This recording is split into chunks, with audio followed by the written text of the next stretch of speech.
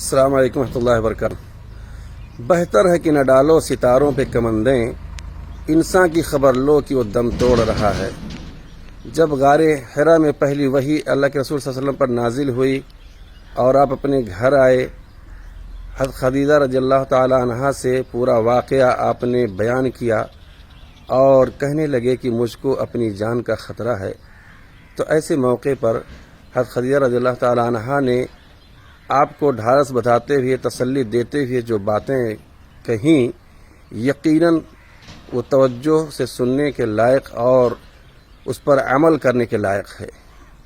حضرت خدیجہ رضی اللہ تعالیٰ عنہ نے کہا، اللہ کی قسم اللہ آپ کو کبھی رسوا نہ کرے گا، کیونکہ آپ تو اخلاق فاضلہ کے مالک ہیں، آپ تو کنبہ پرور ہیں، بے کسوں کا بوجھ اپنے سر پر رکھ لیتے ہیں، مفلسوں کے لیے آپ کماتے ہیں، مہمان نوازی میں آپ بے مثال ہیں، مشکل وقت میں آپ امر حق کا ساتھ دیتے ہیں۔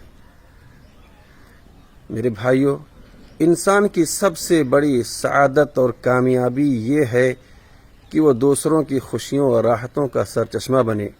اگر کسی انسان کو اس کی توفیق دنیا میں ملتی ہے تو یہ اللہ کی بہت بڑی نعمت اور اس پر خاص عنایت ہے، کیونکہ جب انسان دوسروں کی ضرورت پوری کرتا ہے تو اللہ تعالیٰ اس کی ضرورت پوری کرتا ہے۔ جب انسان دوسروں کے آنسو پوچھتا ہے تو اللہ اس کے آنسو پوچھتا ہے۔ جب انسان دوسروں کے زخم پر مرہم رکھتا ہے تو اللہ اس کے زخموں کو منزل کرتا ہے۔ جب انسان دوسروں کا سہارا بنتا ہے تو اللہ اس کا معین و مددگار ہوتا ہے۔ اللہ کے رسول صلی اللہ علیہ وسلم نے فرمایا، واللہ فی عون العبد ما کان العبد فی عون اخیہ، اللہ اپنے بندے کی اس وقت تک مدد کرتا ہے جب تک کہ وہ اپنے بھائی کی مدد میں لگا رہتا ہے۔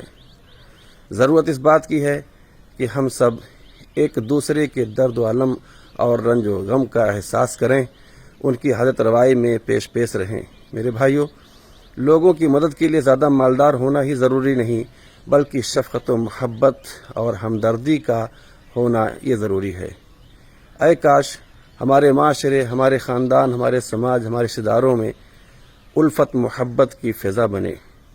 اے کاش ہمارے درمیان ہم آہنگی پیدا ہو۔ اے کاش ہمارا معاشرہ باہم مربوط ہو۔ عقل مند وہ ہے جو دیوار پر لکھی ہوئی تحریروں کو پڑھ لے اور اسے سمجھ لے۔ عقل مند وہ ہے جو طوفان آنے سے پہلے اپنے گھروں کو درست کر لے اور بارش سے پہلے ہی اپنے چھپروں کی مرمت کر لے۔